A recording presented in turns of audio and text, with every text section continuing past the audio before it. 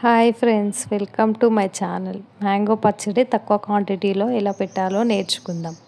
ఒక ప్యాన్ తీసుకొని జీలకర్ర, ఆవాలు, మెంతులు 2 స్పూన్స్ వేసుకొని వేయించుకొని మిక్సీ పట్టి పొడి రెడీ చేసి పెట్టుకోవాలి.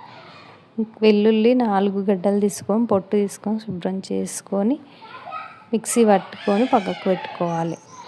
4 మామిడికాయలు కట్ చేసి తుడిచి ముక్కలని శుభ్రం చేసుకున్న తర్వాత జీలకర్ర, మెంతుల పొడి, కారం 2 స్పూన్ల కారం, 2 స్పూన్స్ ఉప్పు వేసి మిక్స్ చేసుకోవాలి. వెల్లుల్లి పేస్ట్ కూడా వేయాలి.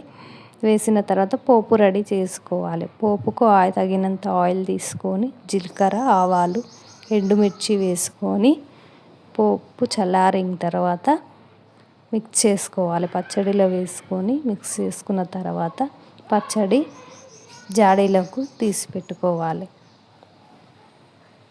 మామిడికాయ పచ్చడి రెడీ అయ్యింది.